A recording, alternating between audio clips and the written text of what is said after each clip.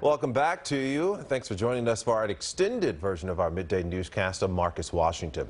The SCU Lightning Complex Fire, one of the largest group of fires here in California. It spans 7 counties, including Contra Costa, Santa Clara, and all the way up to Stanislaus. But we're actually now learning that the growth of that fire has slowed again overnight. NBC Bay Area, Bob Riddell, he's live for us in Livermore with the latest there. Bob? Yes, the SCU fire only grew about a few thousand acres overnight. Percentage-wise, that's very low, which is a good thing. Behind us here on Greenville Road in Livermore is the temporary helibase that's been set up by CAL FIRE, and you can see the air operations have resumed. They've been going on for a few hours this morning. You're looking at right there, that's a Type 1 helicopter, and now will be going back out over to the fire, which is several miles away, either to do air traffic control operations or recon. We've also seen Type 2s out here, another type of helicopter ferrying firefighters from hard-to-reach places, and Type 3s. They're the largest. They've been heading out to do water drops on the front lines. The SCU fire grew, as I mentioned, by a few thousand acres overnight, now just over 347,000 acres, still only 10% contained. And lightning, this is good news, caused only one fire last night. They were worried that it could be more than that, but it was only one fire, and now it's kept to a half acre. Okay, back out here live where you can see that chopper's getting ready to take off. And if you look in the background, you can see how smoky it is. That's because right now there's a marine layer, which is good for firefighters. It raises the humidity, it slows down the fire. This is expected to lift later today. There's also been an evacuation warning that has been extended to the southern borders of Livermore and Pleasanton. Now, this is not for people within the city limits. This is for people in the southern part, south of the city. But there are a number of residents, however, including my wife, who've expressed concern about whether this fire, which again is still miles away, are concerned about whether it could encroach into their neighborhoods. Could you envision a scenario where it gets into the city of Livermore or the city of Pleasanton? It might butt up against the cities. We will put every and all resources in the path of civilians if something like that happens. Unless we have something like a Santa Rosa, it doesn't generally burn into towns like that. Because we don't have the woods around us? Yeah, you just don't have fuel. Right. I mean, concrete doesn't burn, stucco doesn't burn. They all burn slow. And we have vineyards and we have dry grass. Yeah, we have lots of buffer. Here's time-lapse video from overnight of the fire burning over Mission Peak and Fremont.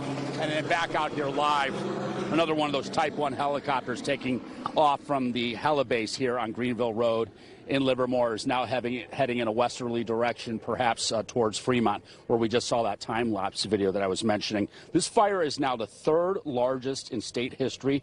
CAL FIRE expects to be fighting this for a while. The weather is expected to change over the next couple days for the worse.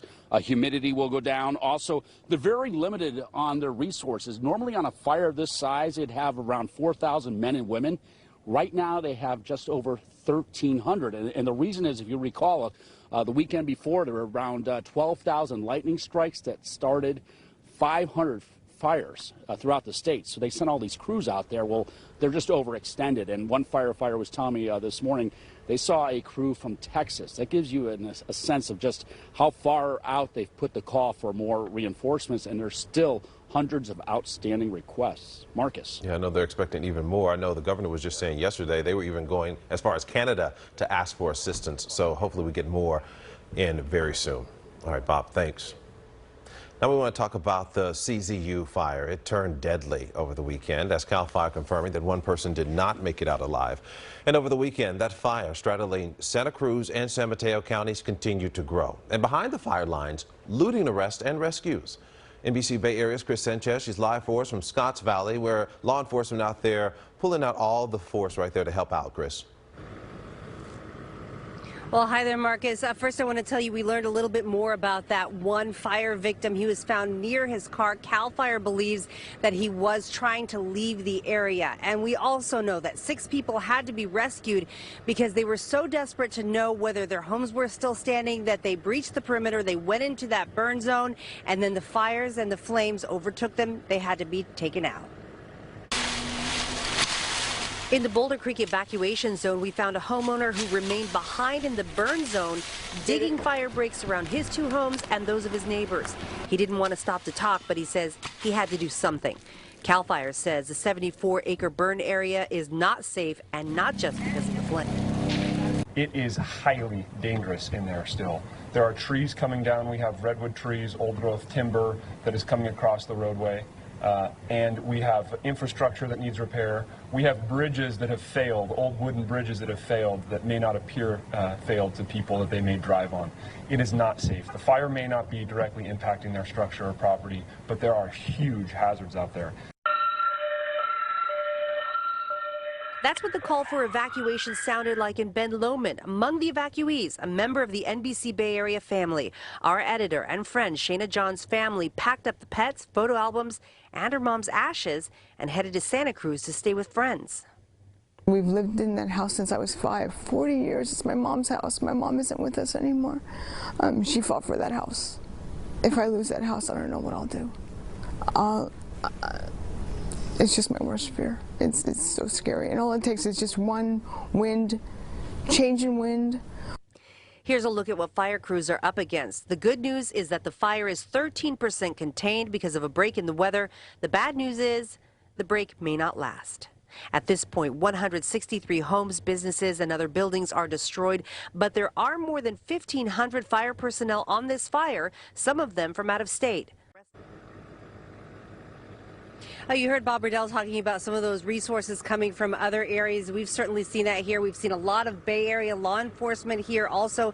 And at several points as we were driving around the evacuation area, we got stopped and we got asked for credentials, and we're in a big live truck. So if you don't belong here, law enforcement is going to make contact with you. If you are doing something you're not supposed to be doing, you're probably going to be taken in. If you're just trying to check on your house, they're asking that you please be patient so that you don't risk your life in the effort to get some information about your property. In Scotts Valley, Chris Sanchez, NBC Bay Area News. And that's for the safety of them as well as those firefighters and police officers. Thank you, Chris.